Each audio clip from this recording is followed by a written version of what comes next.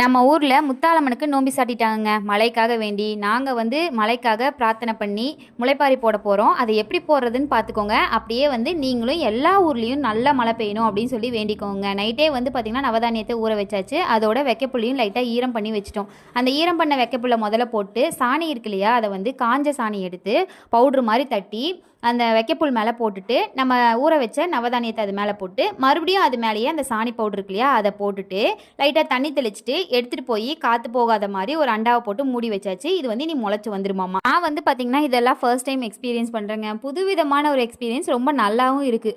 நைட்டே பார்த்தீங்கன்னா கம்பு வேக வச்சுட்டோம். அதை மார்னிங் கரைச்சி சூப்பரான ஒரு ஹெல்த்தியான பிரேக்ஃபாஸ்ட் சாப்பிட்டாச்சு. தம்பி பார்த்தீங்கன்னா பக்கத்து வீட்டில் போய் ஜெல்லி சாப்பிட்டு பழகிட்டாங்க.